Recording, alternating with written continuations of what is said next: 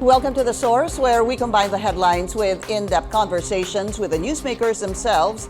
I'm Pinky Webb. Today on the program, the Philippines and United States launch a three-day joint patrol in the West Philippine Sea. President Bongbong Marcos secures over $672 million in investment pledges from his U.S. trip. And a landmark nuclear energy cooperation agreement is inked between the allied nations. Philippine ambassador to the United States, Manuel Romualdez, joins us in the program.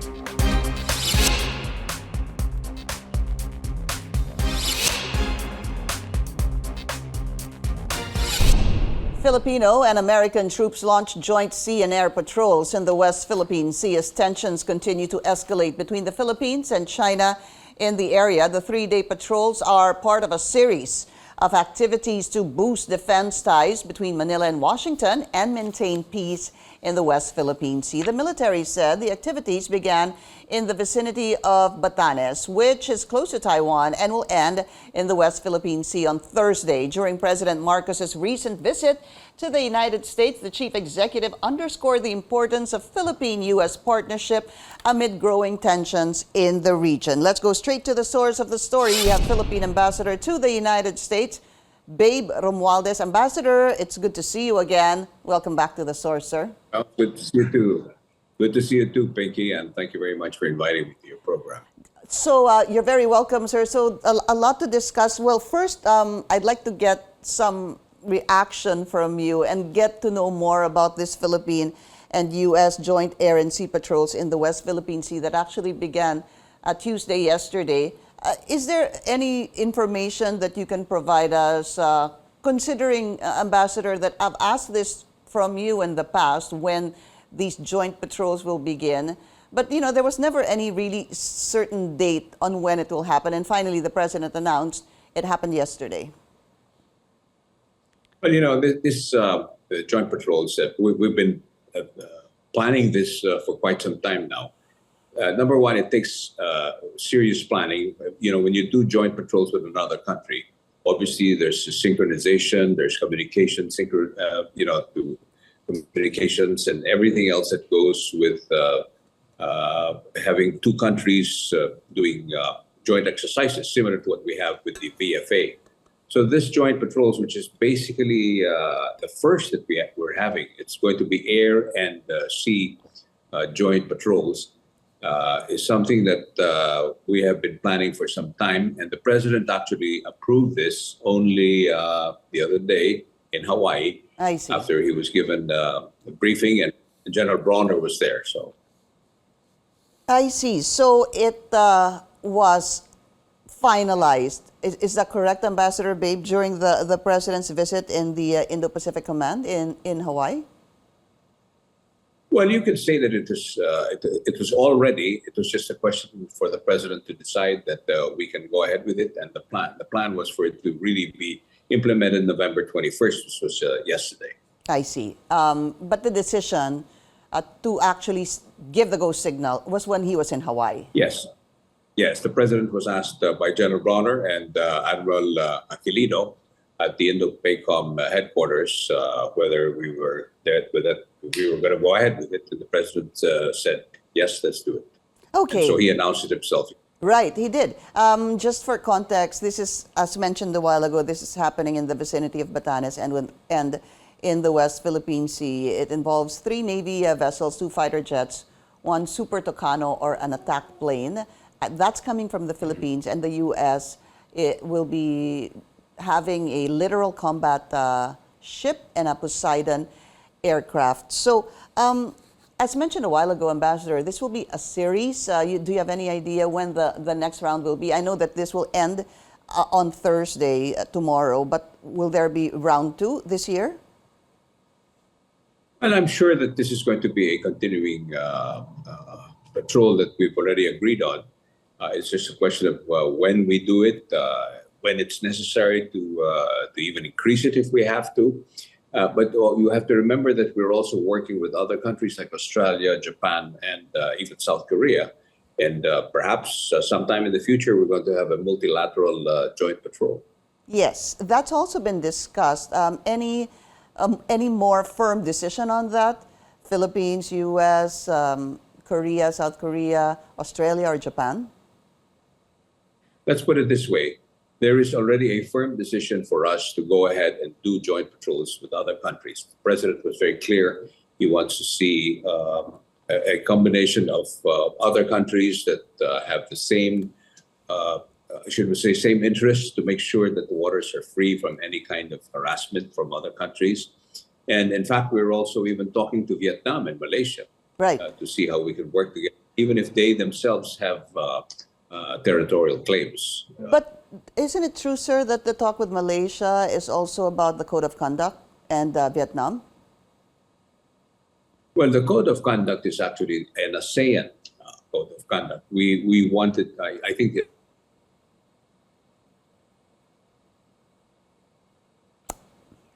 Okay, we're losing, well, we lost Ambassador Babe Romualdez on the line, on Zoom. That was on Zoom, rather. Yes, so we were talking about the ambassador. We're still talking about the president's visit in the Indo-Pacific Command in Hawaii. And likewise, the announcement of the president yesterday that joint air and sea patrols began yesterday, actually Tuesday, that started in Batanes to the West Philippine Sea, between the Philippines and the United States. A question that we have been asking officials in the past when this joint patrols will begin, and it actually did. I think we have Ambassador Bay back on Zoom. Ambassador, are you there? here I can see myself. All right, and I can see you too. Sorry about that. We lost you for a bit. So we were talking about the code of conduct. My understanding is that the president had mentioned that there's also, he's looking into, well, negotiations are happening rather on a separate, he said, I think that's what he said, a separate code of conduct with Malaysia and Vietnam. Okay, well, he probably meant more like a joint agreement of some sort that we would like to be able to have a code of conduct for our countries, in spite of the fact that we have overlapping territorial claims, which I think is another good indication that all countries would like to have a peaceful type. Again, we're having problems with our connection with Ambassador Babe Romualdez. So we are talking about this code of conduct, which has been being discussed with China. It's supposed to be a code of conduct with China and the ASEAN nations. And I was asking Ambassador Babe about, is it a separate code of conduct that the Philippines is negotiating with Malaysia and Vietnam? The ambassador basically saying that, in short, all countries who have claims and do not really just want a peaceful South China Sea resolution. So in terms of course, freedom of navigation.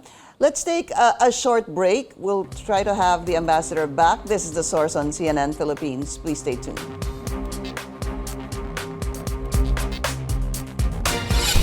You're watching The Source on CNN Philippines. I'm Pinky Webb. Our source today, Philippine Ambassador to the United States, Babe Romualdez. Ambassador, let me clarify now, just this COC, before I move on, with Vietnam and Malaysia.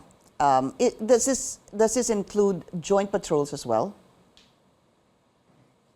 Yes, it definitely may have that component. We're not sure yet, but Okay. Like I said, there is an indication that both countries, Vietnam and Malaysia, are very interested into also being able to protect their waters from any kind of interference from other countries. And by the way, I'm very sorry about the internet. Seems to be some interference coming around. We don't know where the source is. Interference, okay. Ambassador, I want to go back to this joint air and sea patrols. Just a couple of more questions.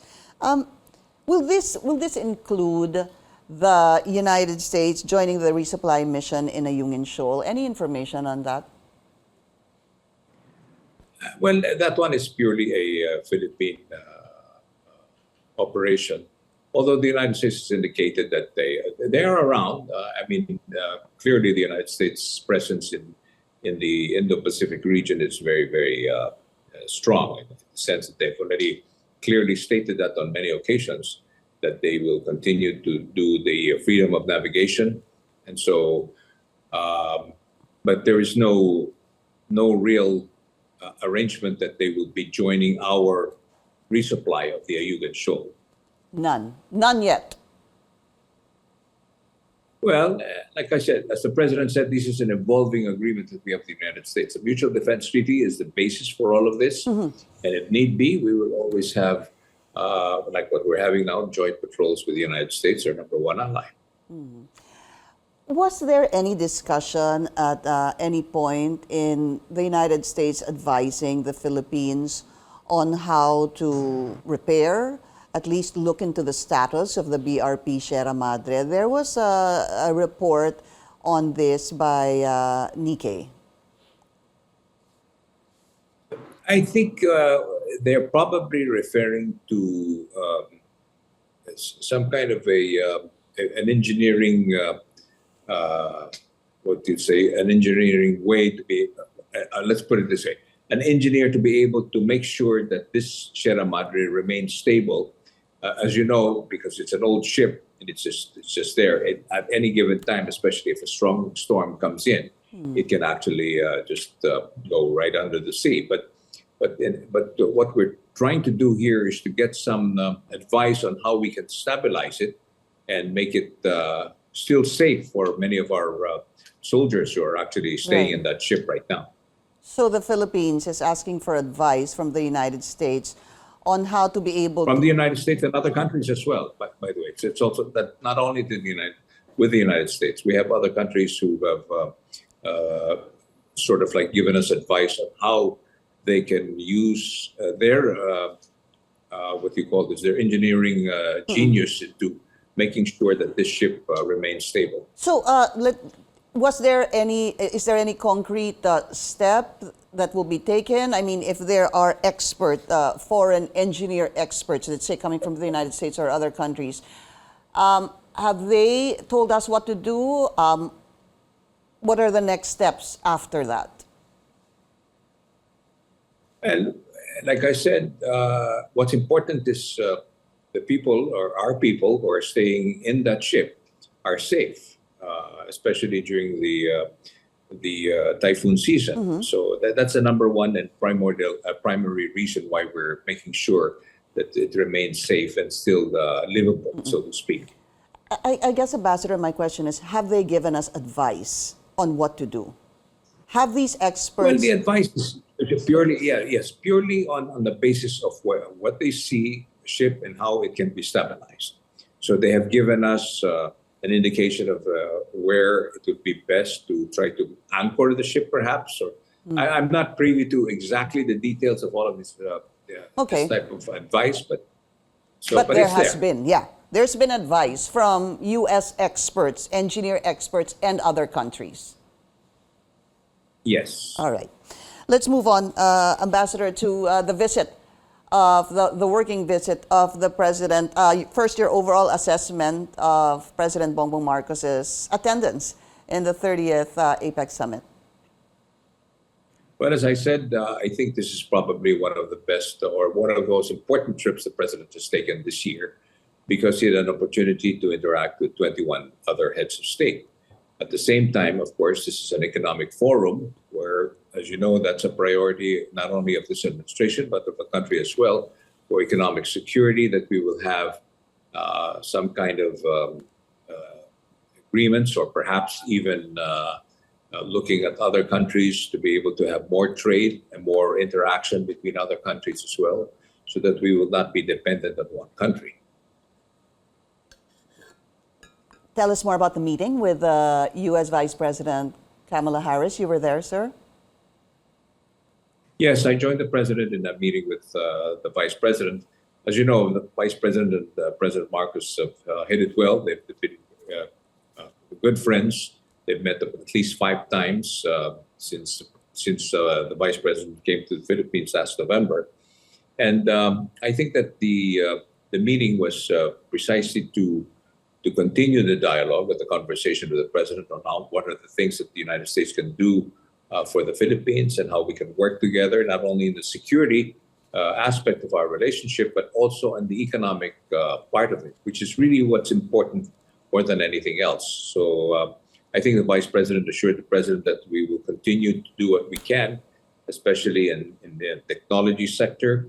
And of course, now, as you can see, the 123 agreement, which is precipitated by the visit of Kamala Harris to the Philippines, that we are now able to bring in the nuclear technology coming from the United States to be able to help us in our energy requirements for the future. Right. Let me jump to that. The 123 agreement, rather. So it's a nuclear agreement.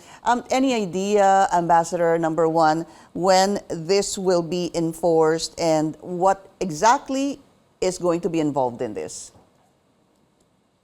Well, first and foremost, the 123 agreement is a very important agreement that we can have with the United States, because technology transfer of nuclear power is important, that a document that will guarantee that we will not use it for other purposes.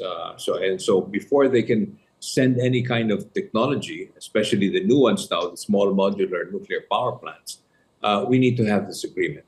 And we fast-tracked it. The United States really went out of its way to make sure that this thing is done right away in time for this visit of the President in the United States. And that's why Secretary Blinken himself was the one who signed the document together with Secretary Lotilla.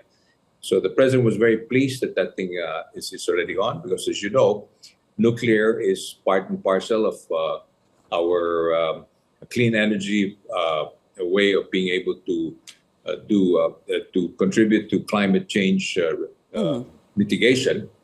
And not only that, this type of modular nuclear power plants, if the studies clearly show, we can have this all over the country. And so hopefully in the next, they say as short as 5 or 7 years, this could be in operation. Sorry, if everything goes well. Ambassador, sorry, I didn't quite Yes. get that. Did you say 5 to what, sir? Well, looking at it optimistically, maybe 5 years, we can have one modular nuclear power plant operating, but that's the optimistic side of it. But in the next 7 to 10 years, I we see. can expect the modular power plants to be in operation, at least a couple of them here in the Philippines. This is, of course, with the aim of the President. I think he wants about 50% of our energy actually sourced from renewable energy by 2040. I think that's what the President is also aiming at. So there have been investment pledges of about $700 million. We'll talk about that after the break. This is The Source on CNN Philippines. Please stay tuned.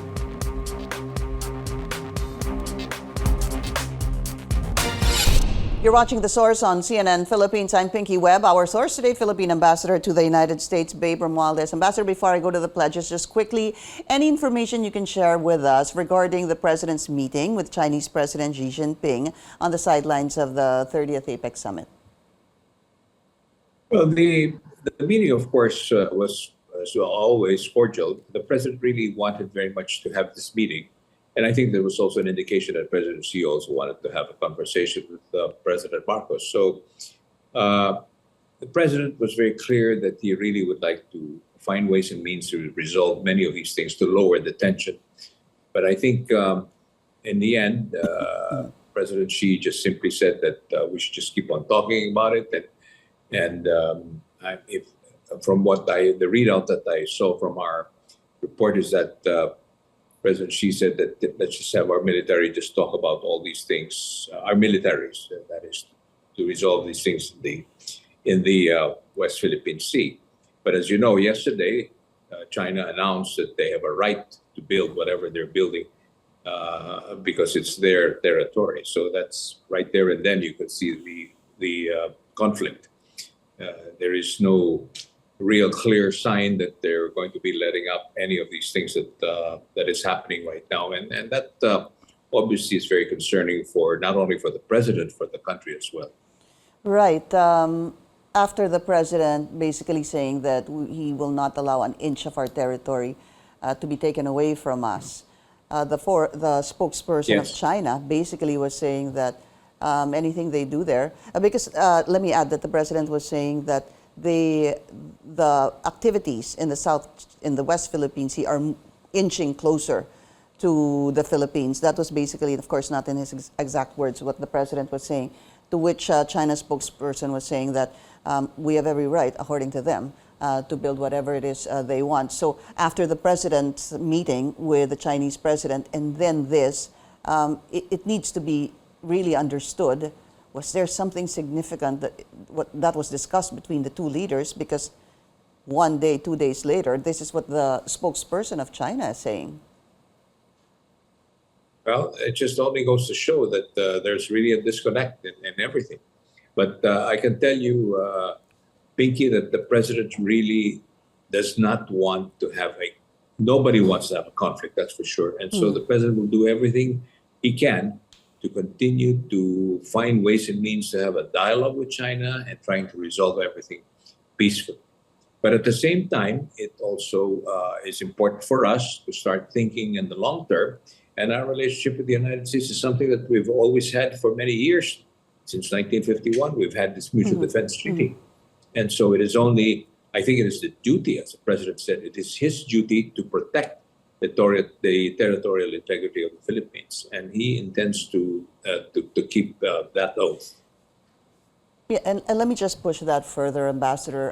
Going back to what you said, that when the two leaders met and basically Chinese President Xi said that let's just let our militaries talk. That doesn't sound very optimistic at all. Not very encouraging at all. Not at all, yeah. The better word, encouraging. All right, let me jump to the investments. Ambassador, when we talk about investments, these again, of course, are pledges. It starts with that, obviously. 700, to be exact, about $672 million of pledges. 400 million goes to the telco sector, 250 million semiconductor electronics, 20M is pharma and healthcare, 2 million for AI, and there's 0.3 million in renewable energy. I know these are numbers, I know these are pledges, but what can you tell us about these that will materialize first? Well, let me just clearly say that all the trips that the president's taken, at least here in the United States, I can tell you that as far as all those pledges are concerned, it's ongoing. Now, one particular instance that I'd like to always point out is Texas Instruments. It's been in the Philippines for a very long time. It was not a pledge, but it is actually a fact that they were going to invest another $1 billion. And that's now ongoing. It is coming in. It is now, these are done perhaps in stages, but it will be coming in.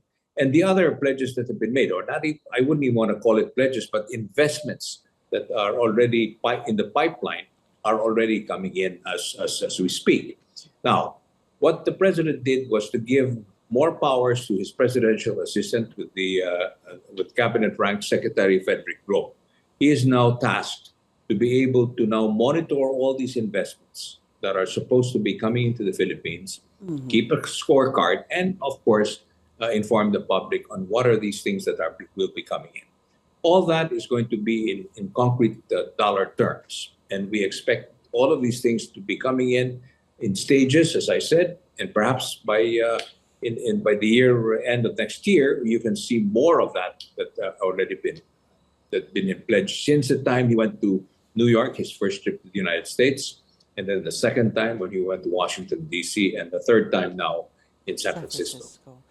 The president seemed excited about this high-level trade delegation from the U.S. that will be coming to the Philippines. I understand this is a first again, Ambassador. When can this happen, and what can we expect?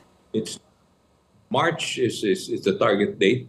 It'll be led by Commerce Secretary Gina Raimundo, and President Biden himself was the one who informed the president when he was in Washington, D.C., that he intended to have at least 30 to 40 top CEOs of American companies that will be joining this trip. It's a long-planned trip, and we hope that it'll be something that is the first of its kind, actually.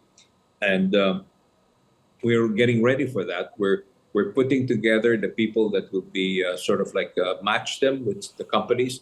And again, the president's very clear. He wants this to be widespread. He doesn't want to to just leave it to just a few businessmen, but anyone that has any interest in particular interest. industries, they want to be able to put that together. So I think Secretary Pascual, Secretary Frederick Go, and the other economic managers are going to be on top of this very important presidential delegation that will be coming in March of next year. Philippine Ambassador to the United States, Babe Romualdez. As always, thank you for your time, sir. Thank you very much, Sue Pinky. And thank you See you for soon. joining us here on The Source. I'm Pinky Webb. You're watching CNN Philippines.